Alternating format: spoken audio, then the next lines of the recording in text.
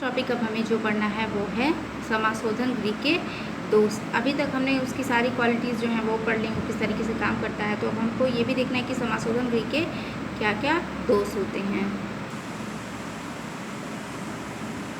पहला देखिए यहाँ पे जो टॉपिक दिया है कि नियमों में एकरूपता का अभाव। आपने ये पढ़ा हुआ है कि एक पर्टिकुलर एरिया में केवल एक क्लियरिंग हाउस क्या करता है, काम करता है।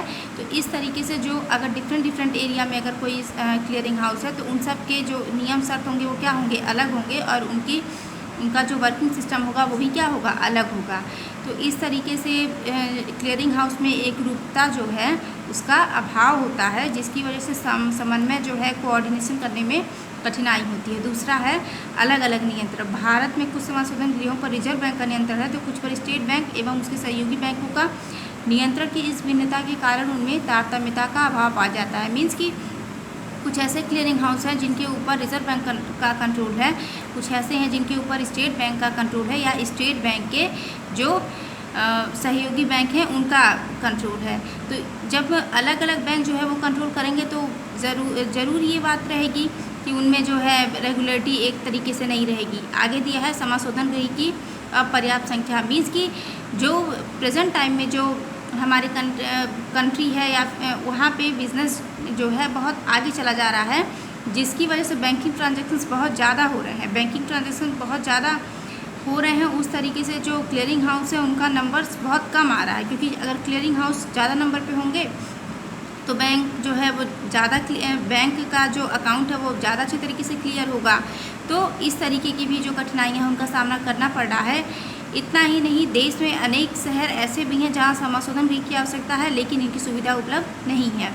चौथा यहाँ पे दिया हुआ है कठोर नियम कि समाशोधन गृह है वो किसी को अपना सदस्य बनाने के लिए अपना समाशोधन गृहों में सदस्यता प्रदान करने में न्यूनतम प्रदत्त पूंजी आदि से संबंधित विभिन्न कठोर शर्तें एवं नियम हैं, जिनके कारण अनेक बैंक इनकी सदस्यता से वंचित रह जाते हैं। मीन्स कि अगर किसी बैंक को क्लियरिंग हाउस का मेंबर बनना है तो जो क्लियरिंग हाउस है वो खुद के लिए बहुत ही ज़्यादा, इसके मेंबरशिप के लिए बहुत ही ज़्यादा डिफरेंट और बहुत ही ज़्यादा हार्ड नियम बना देते हैं, जिसकी वजह से बहुत सारे बैंक क्या होते हैं, इनके सदस्य नहीं बन पाते हैं। पाँचवा दिया हुआ है बाह्य चेकों की भुगतान प्राप्ति में कठिनाई। मीन्स वर्तमान समाशोधन व्यवस्था में केवल स्थानीय चेकों का ही समाशोधन किया जाता है, बाहर के स्थानों के चेकों का भुगतान स्थानीय रूप में प्राप्त नहीं हो सकता, जिससे अनावश्यक विलम्ब, असुविधा और व्यय होती है। मीन्स कि एक पर्टिकुलर एरिया में एक ही क्लियरिंग हाउस काम करता है, जिसकी वजह से वो दूसरे एरिया का जो चेक होता है उसको क्लियर नहीं कर पाता है, जिसकी वजह से प्रॉब्लम्स होती हैं।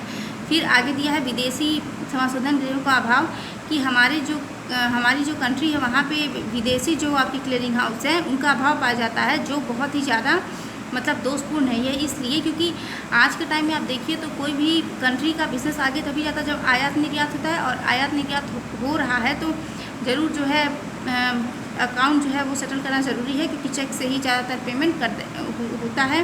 तो ये भी इसका एक जो है दोष है।